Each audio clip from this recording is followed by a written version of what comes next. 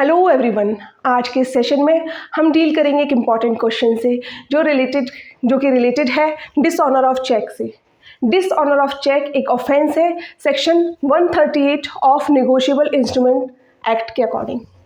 आज के इस डिस्कशन में हम देखेंगे कि क्या एसेंशियल इंग्रेडिएंट्स हैं सेक्शन 138 के, कब कॉज ऑफ एक्शन अराइज होता है 138 का ऑफेंस बनने के लिए और क्या इसकी पनिशमेंट है। देखते हैं इसके एसेंशियल इंग्रेडिएंट्स। जब भी एक ड्रॉअर जो चेक बनाता है उसे हम ड्रॉअर कहते हैं और जिसके नाम पर चेक बनता है उसे हम ड्रॉई कहते हैं। तो जब ड्रॉअर एक चेक बनाता है अपनी लीगल डेट्स और लायबिलिटीज़ को डिस्चार्ज करने के लिए, और जब वो ड्रॉई उस चेक को लेकर के एनकैश कराने के लिए बैंक में जाता है तो बैंक उसे ऑनर करने से मना कर देते हैं, रिजेक्ट कर देते हैं, ये कहते हुए कि ड्रॉअर के अकाउंट में इनसफिशिएंट फंड्स हैं या फिर उसके अकाउंट में जो अमाउंट अरेंज किया गया है वो लिमिट एक्सीड हो गई है। इसे कहते हैं हम डिसऑनर ऑफ चेक। तो क्या हम ये कह सकते हैं कि डिसऑनर ऑफ चेक होते ही इसका ऑफेंस बन गया? नहीं। 138 के अकॉर्डिंग डिसऑनर ऑफ चेक के ग्राउंड्स बताए हैं।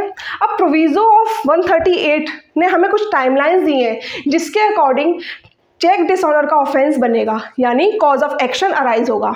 तो देखते हैं, जिसके नाम पर चेक बनाया गया है उसको चेक प्रेजेंट करना होता है with in 6 months, but RBI के एक सर्कुलर के अकॉर्डिंग ये वैलिडिटी 3 मंथ की कर दी है। 3 महीने की इस वैलिडिटी के कारण अब चेक प्रेजेंट करना होगा 3 महीने के भीतर। फिर उसके बाद जब बैंक उस चेक को लौटा देती है तो उसके साथ एक मेमो स्लिप भी देती है चेक। उस स्लिप के साथ लीगल नोटिस भेजा जाता है उस मेकर के लिए, ये डिमांड करने के लिए कि आपका चेक डिसऑनर हो गया है, आप पेमेंट कीजिए। उसके बाद 30 दिन के बाद ड्रॉअर अगर 15 दिन के अंदर भी पेमेंट नहीं करता है, फेल हो जाता है पेमेंट करने के लिए, तब हम कहेंगे कि चेक डिसऑनर का केस बनता है, ऑफेंस क्रिएट होता है यहाँ पर।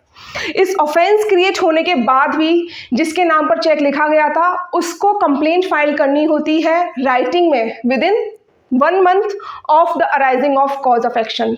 ये complaint judicial magistrate first class या फिर मेट्रोपॉलिटन मजिस्ट्रेट के पास सेक्शन 142 में फाइल की जाएगी।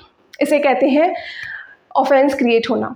उसके बाद अगर हम पनिशमेंट की बात करें तो इसकी पनिशमेंट सेक्शन 138 में ही दी है, जो कि है imprisonment up to 2 years, fine which may extend to twice the cheque amount और बोथ, यानी 2 साल तक का कारावास, चेक अमाउंट का ट्वाइस जुर्माना या फिर बोथ। ये थी इस डिसऑनर ऑफ चेक की पनिशमेंट। Thank you.